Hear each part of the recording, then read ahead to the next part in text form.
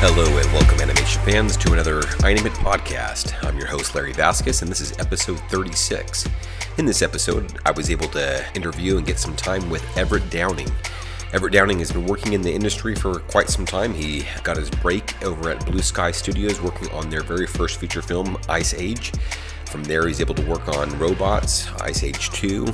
He made the jump over to Pixar here on the West Coast and was able to work on such movies as Ratatouille, Toy Story 3, MU, Brave, and a whole host of other ones. So he's got quite a bit of history in regards to working in the feature film and as well as working in story. He's currently over at DreamWorks Animation there in Glendale working in the story area. He has a really cool project of his own, the Book of Mojo, which he has been on Indiegogo giving a campaign for, and we're able to talk with him a little bit about that as well. And so kind of just the ins and outs of maybe working on your own story and getting that going. So this turned out to be a very neat podcast, a lot of cool history from somebody who knows some of the ins and outs of the working in three top studios. So let's get rolling.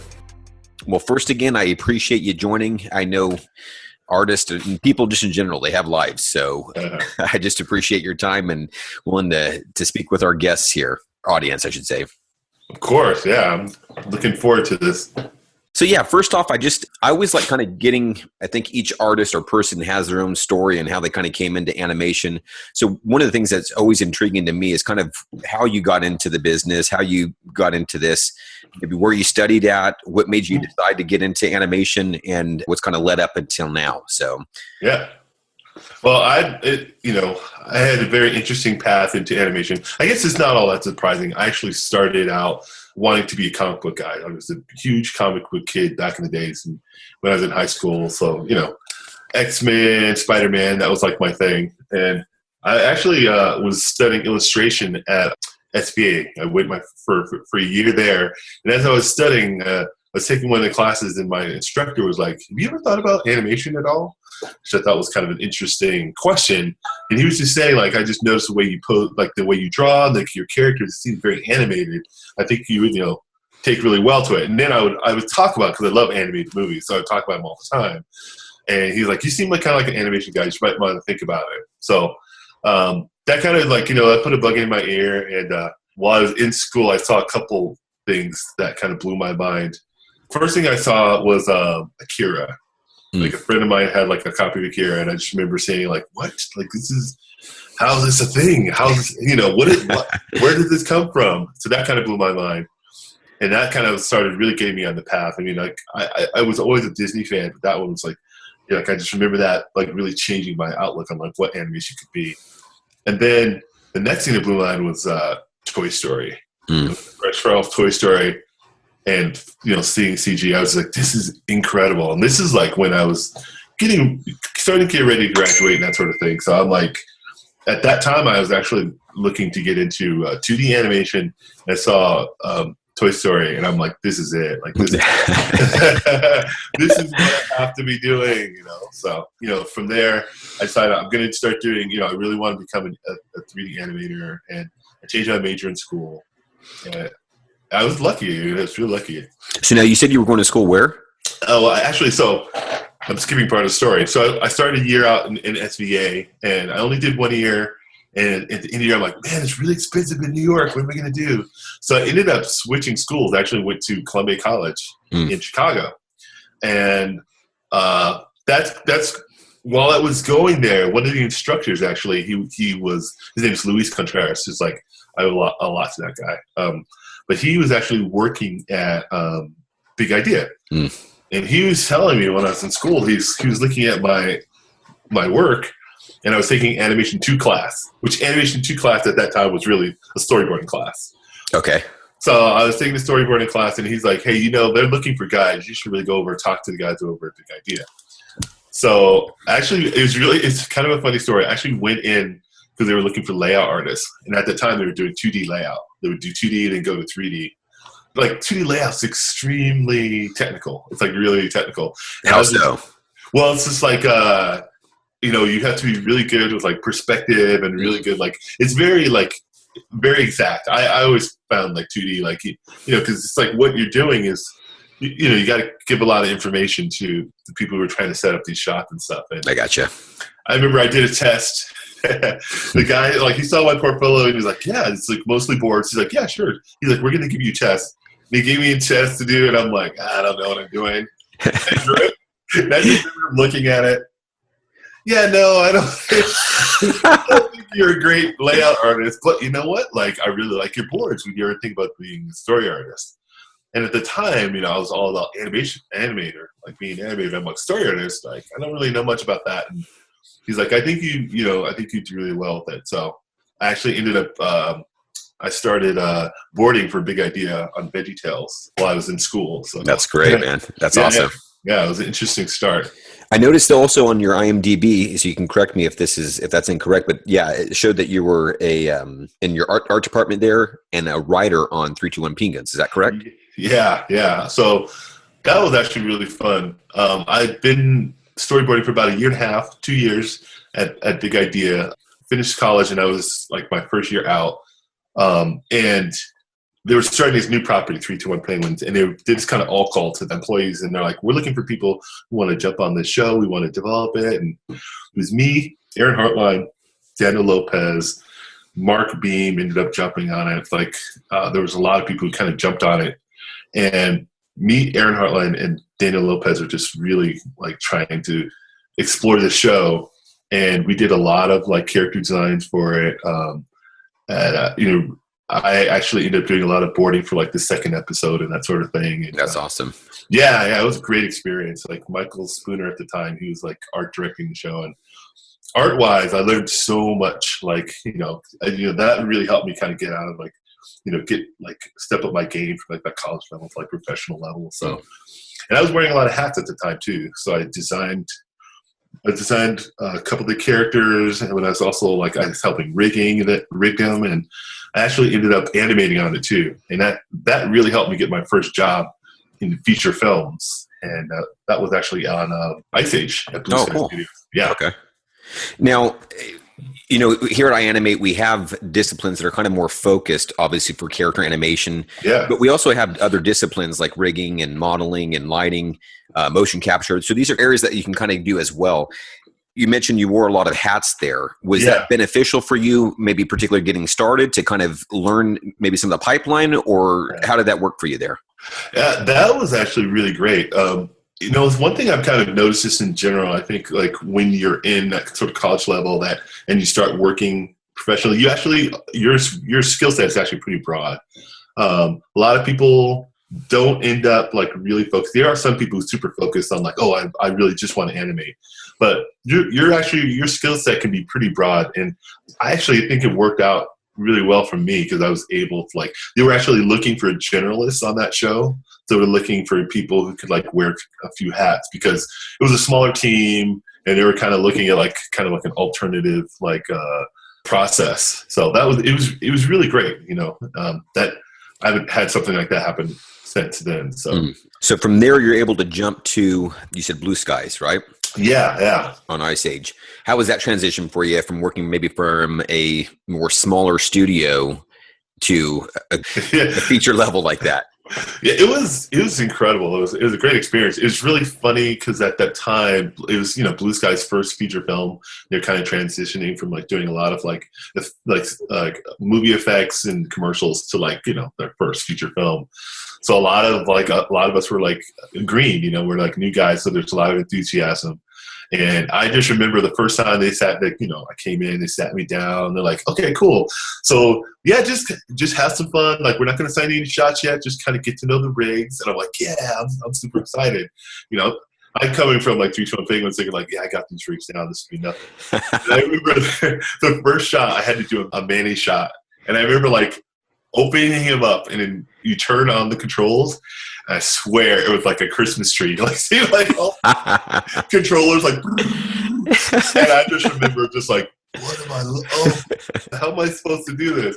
Being really freaked out, But, that's pretty good. Yeah, it was a lot of fun though. Like a lot of us, like we just kind of jumped into deep end. And I think when you're younger and like you're on something new, you don't know how hard things are supposed to be. So like you're much more willing to like, yeah, we can do this. Let's jump in. Let's do it.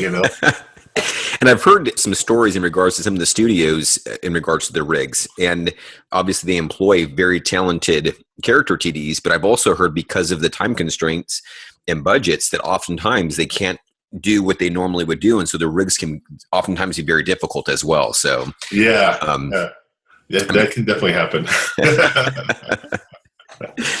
All right. So from Blue Sky Studios, that was the one feature you worked on. From there, did you jump to Pixar at the time, or? No, I worked on a few feature films. So I animated on Ice Age Robots, Ice Age 2, and I started working on Horton. Okay. And as I was working on Horton, I actually helped out. I worked on a presentation that we actually did to the widow to kind of like get the estate to kind of buy off on like, hey, we can do suits really well. The test was really great, and at the time it was like Jimmy Hayward was the one who was working on that on the presentation. And it was just a small group of us kind of working together on that test, and it was great. Like, it was a lot of fun.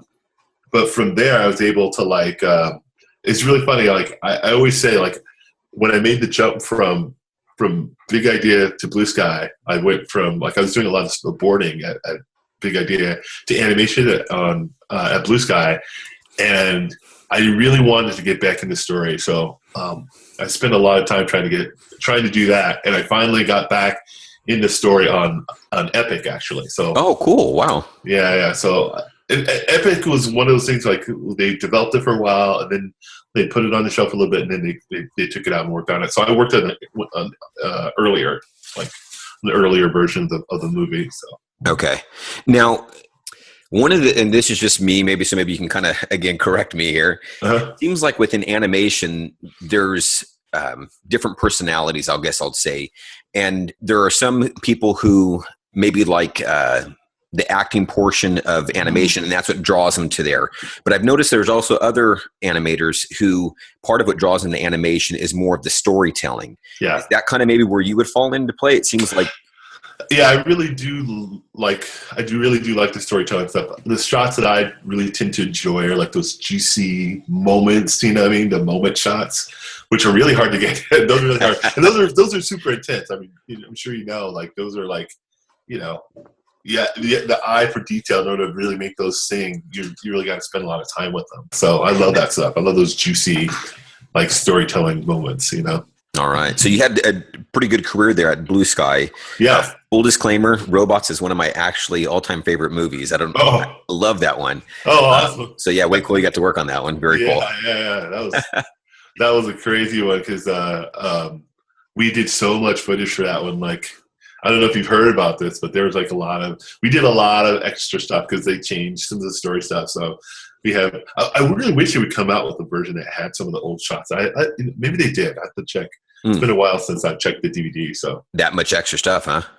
It was a good chunk. I think the average, I don't know, someone's gonna probably nail me on this. I'm probably gonna get it wrong. But I thought like 40% like of the animator stuff was like not used. I don't know. It was a lot. It felt like that much. Yeah. So how did you make the jump from Blue Sky over to West Coast here to Pixar?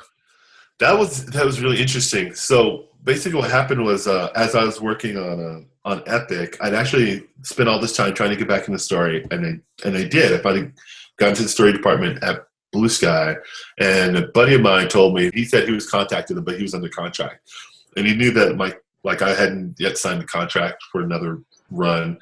And he's like, hey, just so you know, Pixar's looking for people. Now, full disclosure, I tried to get in Pixar several times. So I was like, yeah, okay, whatever. He's like, oh, you should just try to get in. And I'm like, I don't know if I could go through that again. So I actually went into it thinking like, whatever, I'm just going to sit on my, on my portfolio, and maybe I'll get it, maybe I won't. And I ended up getting an interview, and it was really crazy because I remember at the time when I was looking for a place in Harlem, like we were going to move to a new place, and I was looking at apartments, and like I was on my way to sign a new lease on the place, and I got the call from Pixar, and they're like, we want you to fly in and like interview. And I'm like, whoa, okay. Like it was very memorable. And I went in and I interviewed there, and like it went really well. So That's great. Yeah, and I ended up working on Ratatouille. That was my first film over there. That is phenomenal. That is phenomenal. Now, how much did you get to work with Brad Bird? I mean, was that? Oh yeah, I mean, yeah, it was great. Like he would come in, like we have our walkthroughs where they actually, they come through the offices and they look at stuff, and then they have your dailies. So, I actually, saw him quite often, and it was a really enjoyable experience. I love working with Brad Bird. That's amazing. Yeah. Absolutely amazing. Yeah. Real quick, before we kind of jump in there, I want to, what were some of the things that you learned? Because to me, there's always, what do I want to call them? Cornerstones or things that are, in your career that you can kind of look back at. What were some of the stuff that you maybe at Blue Sky that you kind of took away with you in your career there? Well, Blue Sky, I learned just a lot about just kind of performance. And when I say performance, like just, like that's how I really developed like how am I going to make this sustainable? How am I going to be able to get my shots in a certain amount of time? So I really learned a lot of like how, like kind of like my workflow, you know what I mean? Like how to kind of accord myself as like, how to like handle myself professionally, you know what I mean? How I present my material to the directors and that sort of thing. So, and just like, just that getting that level, that professional level, like as far as, art goes. And because a lot of us like really try to push our performances, I think, like, it was really helpful for that sort of thing, Yeah. Kind of learn the business then, huh? Exactly. Yeah. Up my game. Yeah.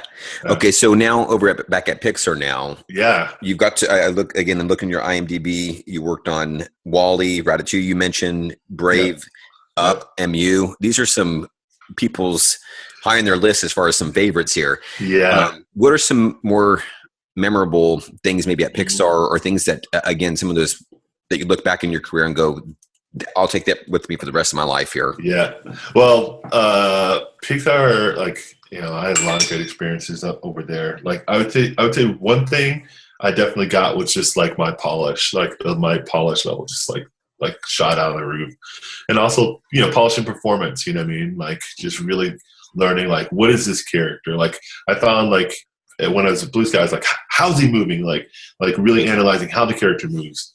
And then like Pixar, I was like, why is he moving? Like a lot of times, even when I was looking at reels or like when I would give people feedback, I'm like, what's he thinking there? I remember I got nailed by some of my leads. Like, what is he thinking? There's one more moment where like, what's that? And I'm like, he's like, nope, wrong answer. That's the wrong answer, So just that, like that level of polish, like, there's some movies that are like completely stand out. Like Ratatouille was just like, man, it was such a great experience. Like everyone was, everybody's really talented there, but like everyone's firing on all cylinders, and there's that feeling of like, steel sharpens steel, and everyone's trying to work to get better.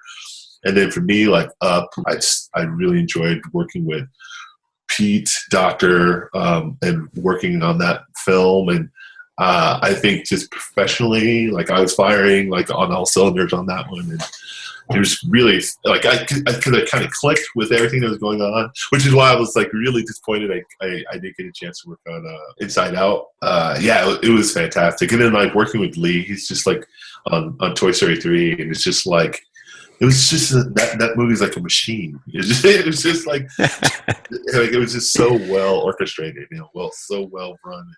Yeah. Was working with director on each different movie a different experience, or do they kind of do things pretty similar across the board at Pixar?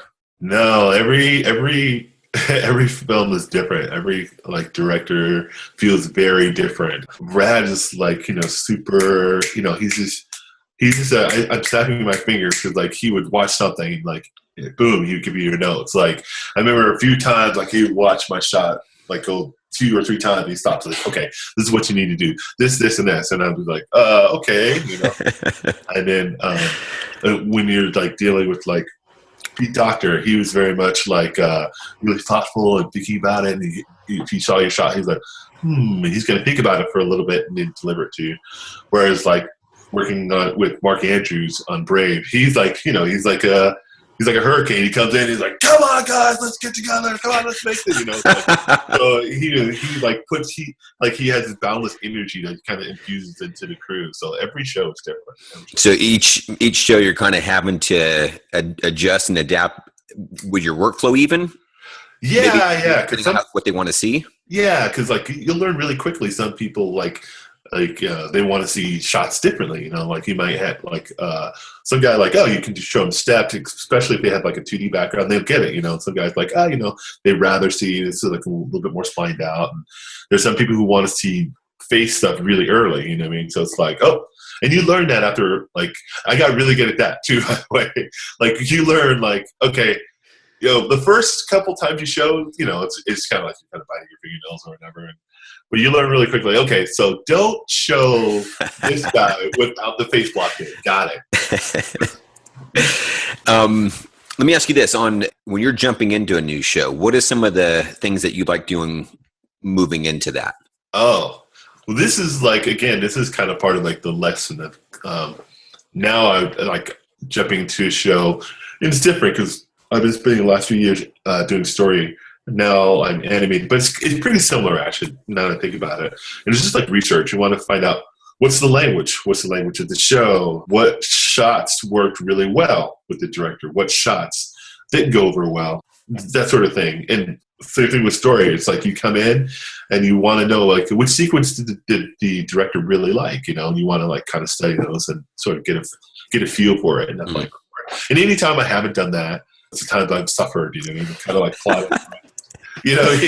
Planning, huh? Planning every single time. I don't know why that seems like that's such a difficult thing to get into people's head. I can't tell you how many times I've listened to podcasts where people have talked about that, and I can totally relate on my shots where you just want to jump into something. Yep. And don't do it. No, it bites you in the rear very badly. Every single time. It's funny. I remember when I was working on Ice Age 2, and I decided I wanted to, I was going to scientifically prove it. I'm just going to try with two different shots. And one shot I'm just going to jump into it, and the other shot I'm going to plan out. And it was several orders of magnitude better. The one that I was like, man, it looks so good. And enough to where some of my friends would comment yeah, that shot was really awesome. So people say that's and I was very meticulous about this particular shot. And I have friends that's one of my favorite shots that you've animated. So that's cool. Oh, yeah. So can't get any more proof than that, Yep. So it's about the outcome, huh? Yeah, exactly. Now, when you say language of a show, what do you mean by that? Can you define that? Yeah, so language of the show is kind of like the tone, you know what I mean? It's all the directors have kind of a vision. They kind of know what they want. Some guys know exactly what and some other guys kind of have a feel for it, and they kind of react to things that you presented. So you really have to kind of pay attention and be very aware of those things. So, for example, if I present a shot to Mark Andrews, and he makes a comment about what's this and what's that, you notice really quickly. This is why I love dailies, by the way, because we're all sitting, we can see everybody's presenting their shots, and you can kind of notice this. But you'll see very quickly there start to be things that he reacts to, and I'm sure all the animators are doing this. We're checking things up, okay, don't do that again. You know what I mean? Or oh, he seems to really like this particular acting, and we'll let some of us will take it back and look at it, play the shot over. And then there's some of us who even will open up the shot and look at the, the curves and that sort of thing, get into the belly of the beast, find out what's going on. Okay. That's interesting. Yeah. Your workflow does that change from show to show, or have you just developed it throughout the years? Has it been pretty similar? It's changed a lot. I haven't animated in a while because I've been doing story, but I know what I actually had just started animating again, and I know what I do differently now. I'm now much more opinionated about whereas before I'll try something different. Now not so much. And a lot of things are and I think this has to do with casting a show, all shows. You definitely have to adapt your style, but ultimately you got to kind of work with what works best with you. So I've tried several things. I've tried the whole I've tried step, I've tried like almost like keyframing it almost in a 2D way where you kind of keep breaking it down. I've done the whole spline thing where you kind of copy curves and that sort of thing. And I tried the whole video overkill where you're like taking a lot of video reference of yourself.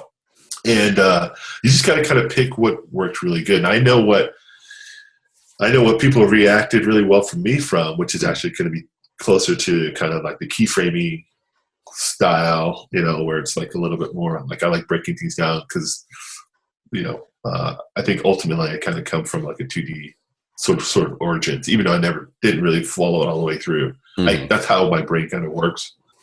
And now, like I said, I've started doing it again, and I know, like, I'm much more opinionated. Like, I'm not going to mess around. Like, I'm not going to mess around with the whole splining thing. I'm not going to do that. I tried it. I think that there was my least successful shots. I'm not doing it anymore. You know what I mean? Tried it. I'm done with it, right? Yeah. But I think a lot of it, like, if I were going to give someone advice, is like, try it all. Try like all the different styles and see which one. Everyone has kind of a feel for something, right? And if you're not, like, you also have to kind of pay attention to the show, because it might be a show. I've seen this happen in the past where just the way this is a style of the show is just not well suited for a particular animator style, and that's not a bad thing. It just means it's just not your film. You know what I mean? It's like you'll do, just put in your best effort, find the best way to work for that on that show, and then keep moving on. Let's transition a little bit to the Book of Mojo. Yes.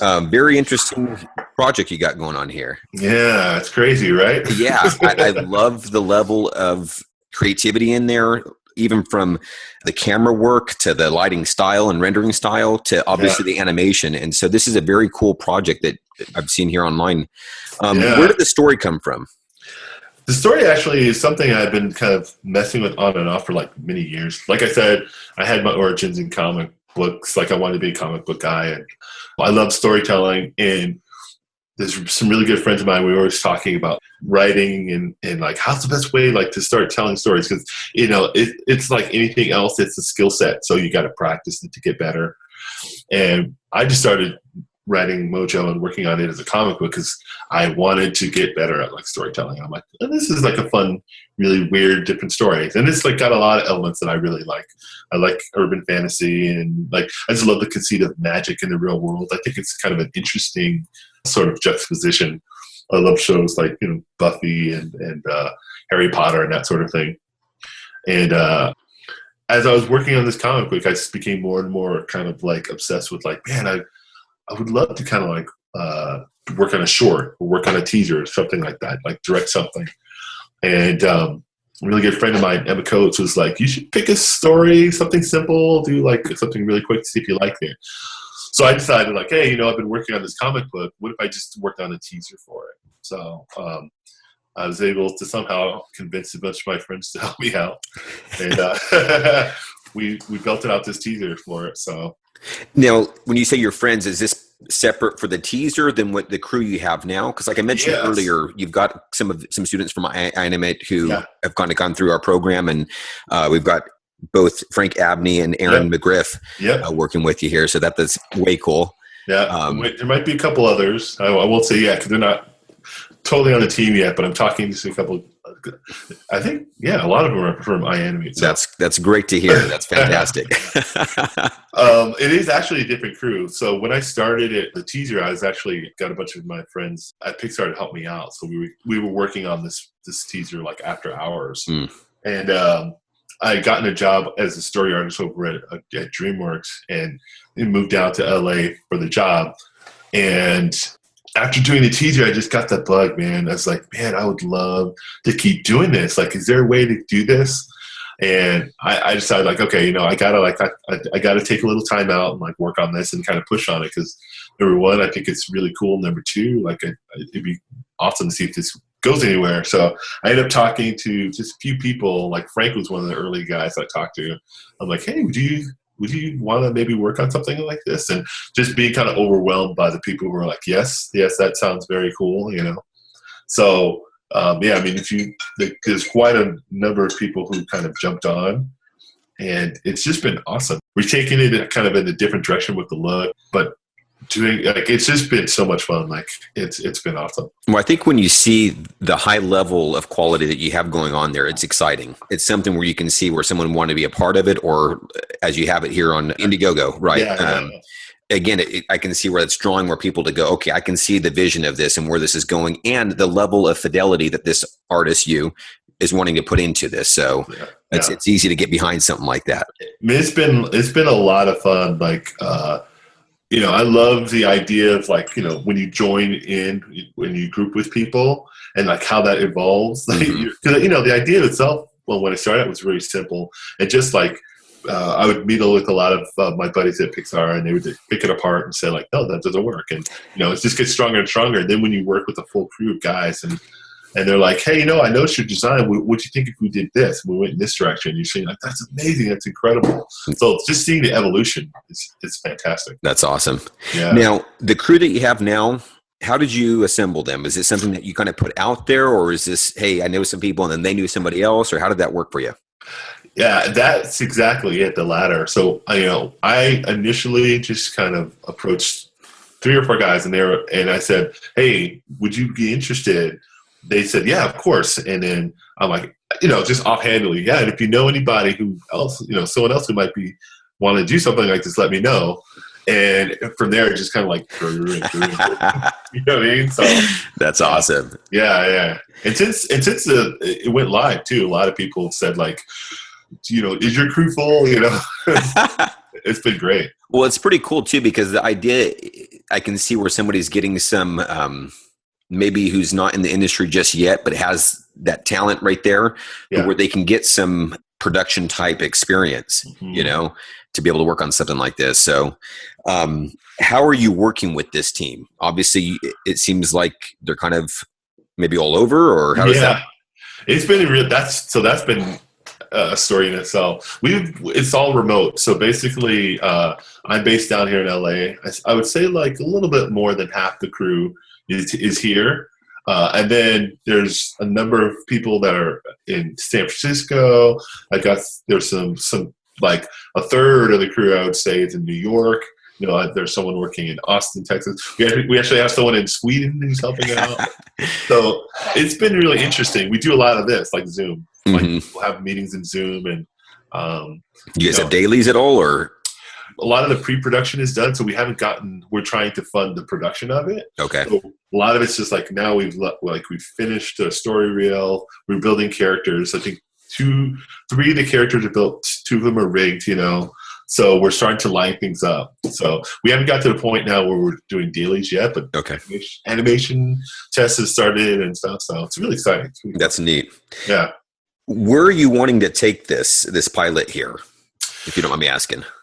Well, initially the idea I had a friend who was pressing me. My friend was telling me, you got to make this has to be a series. And I'm like, you don't just, throw something like this on, like in front of people and ask for it to be a series. And we kind of talked about it. He's like, I think we can do, a pilot that's like a proof of concept, and then like maybe shop it around.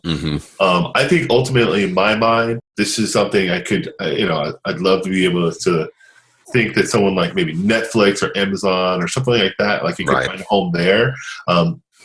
Network TV would be cool. I just don't know. Like, it's a pretty different story.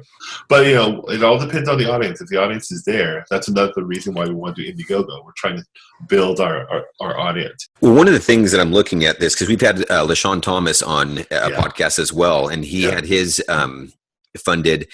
It's just amazing to me as I'm looking at this that with the medium of, obviously the internet, you're able to work with the team that's throughout the world. You're able to, with crowdsourcing, to be able to fund a project like this.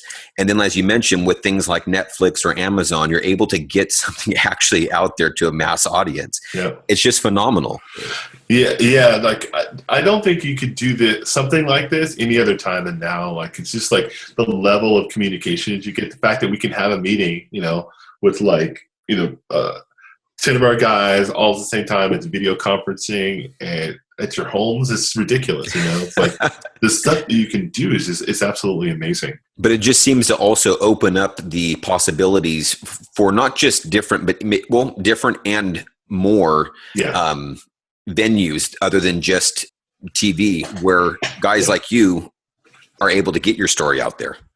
Yeah, I definitely feel like the playing field is like the landscape is changing with the advent of online streaming and like YouTube. People are looking at a whole new different like areas for content, and there's a lot of content out there. There's a lot of potential places where you can get content and people who are kind of hungry for it.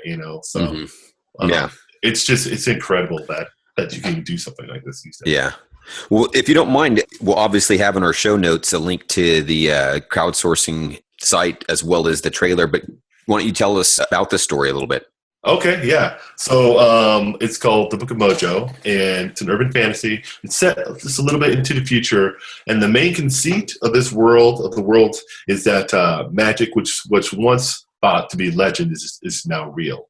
It's like a real thing in our reality. It's like we wake up tomorrow and boom, magic is the thing. Like, how do you regulate that? Like, how do you work with that? And just to add complications to this whole thing, not everybody can use it. So only certain people can use it. They're called crafters, and they can actually use this art form. And the story kind of centers around this girl. Her name is Creepy.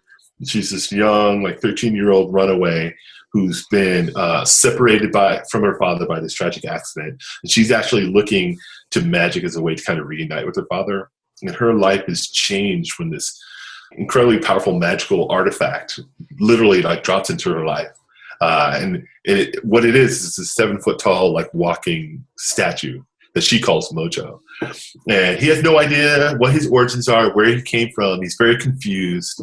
He feels like this is not what he's supposed to be. He doesn't feel like he's something that's created. He feels that he's something that has existed, and he wants to look into his background. So he kind of gets together with her. He actually, she manages to convince her to kind of help him look into like his origins, and that just stirs up a pot of worms. Yeah. So, very cool. Very cool. Like I said, from the teaser trailer, it just looked very nice, high quality, and again, very interesting. So I think you've got some great recipes for a good story and series here. So awesome. Thank you. Quick questions. Okay. These are kind of just, I don't know, I called them something else in another podcast. I forget. Rapid fire questions. Just kind of out there. All right. Who's your favorite comic book character? Right now, it's Spider-Man. Cool. Miles Morales, Spider-Man right now. All right. So you said right now. So has it changed before that? What was it before? I was Peter Parker Spider-Man. Okay. So just Spidey, huh? Yeah. I like awesome. Spider-Man, but I was a huge fan of the X-Men as well. Okay. Like, I love the idea of, like, ever since I was a young kid, I loved the mutant thing and the X-Men. I was like, that was my book back in the day. So that's sweet. Yeah. Favorite villains?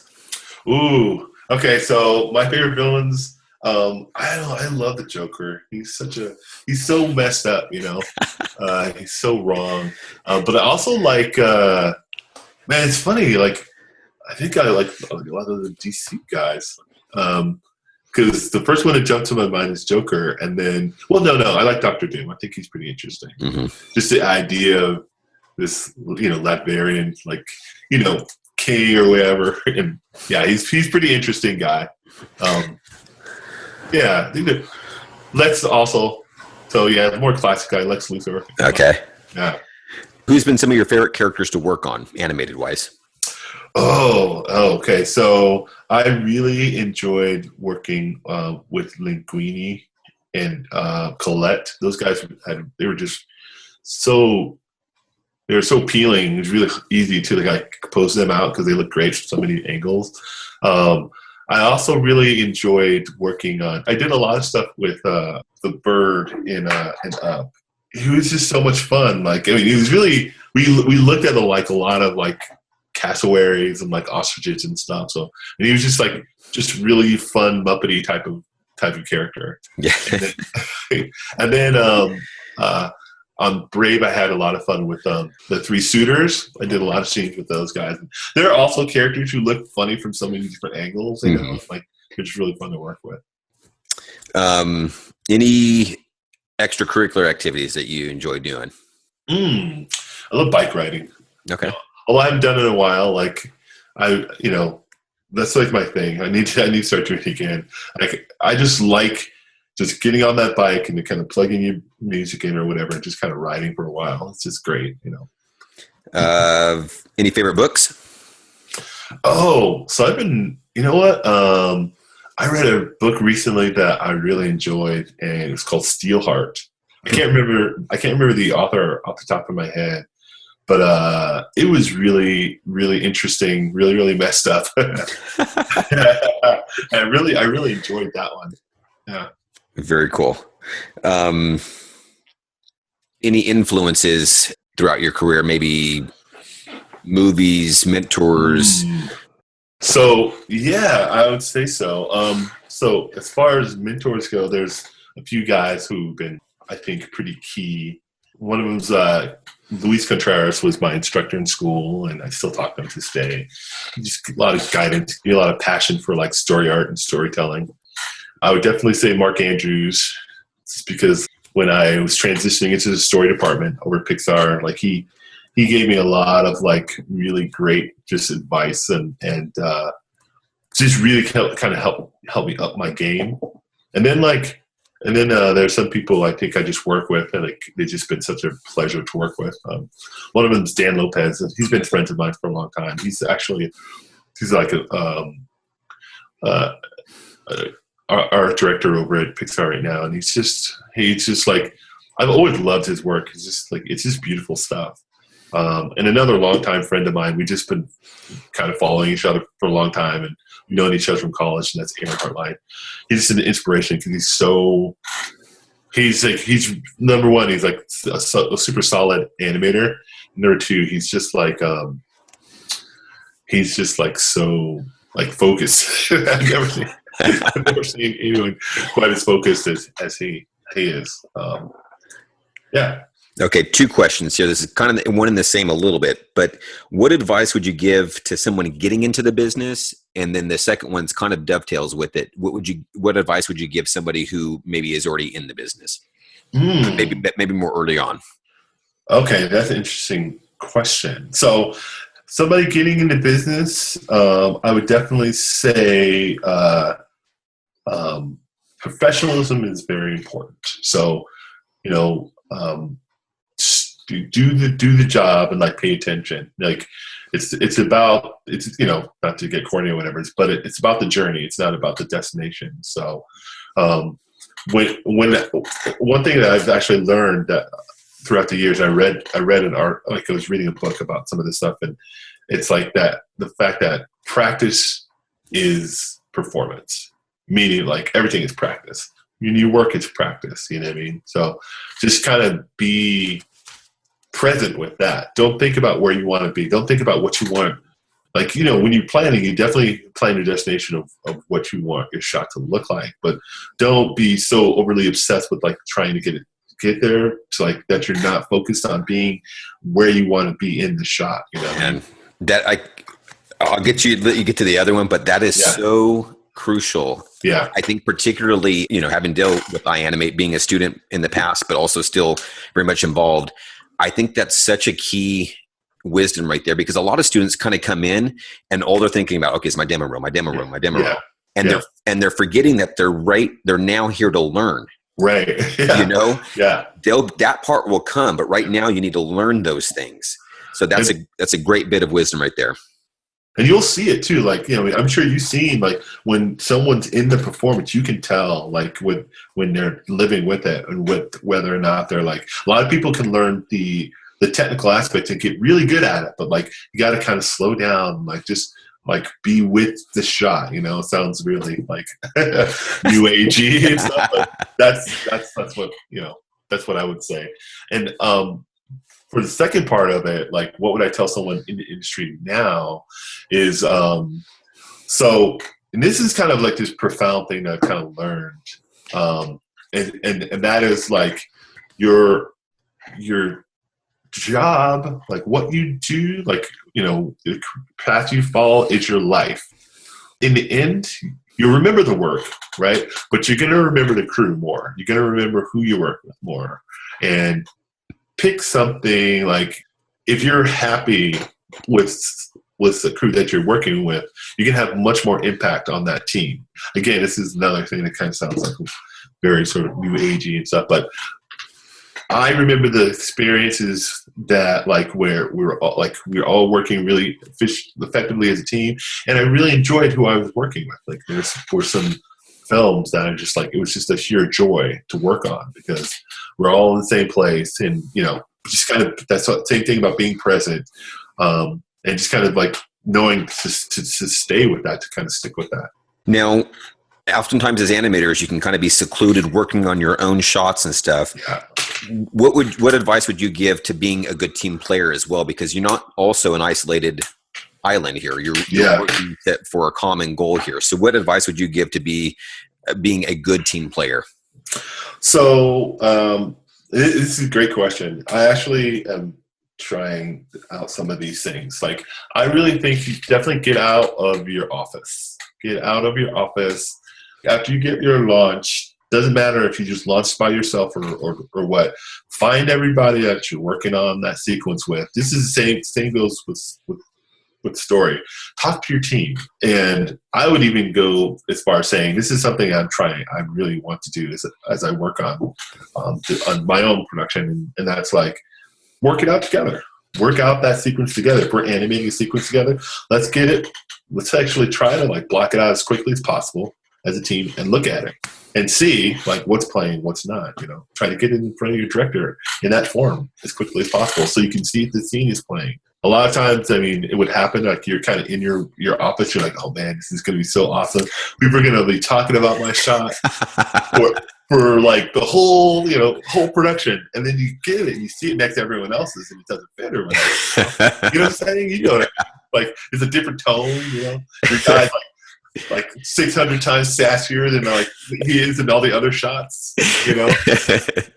Epic shot, but it does not work. It doesn't work. It doesn't work. So get together, work on the shots. It's a living thing.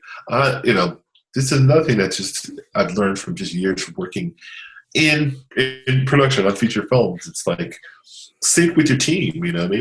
Work together and stuff, and synchronize, harmonize. All right. Now, what are you enjoying about the industry right now?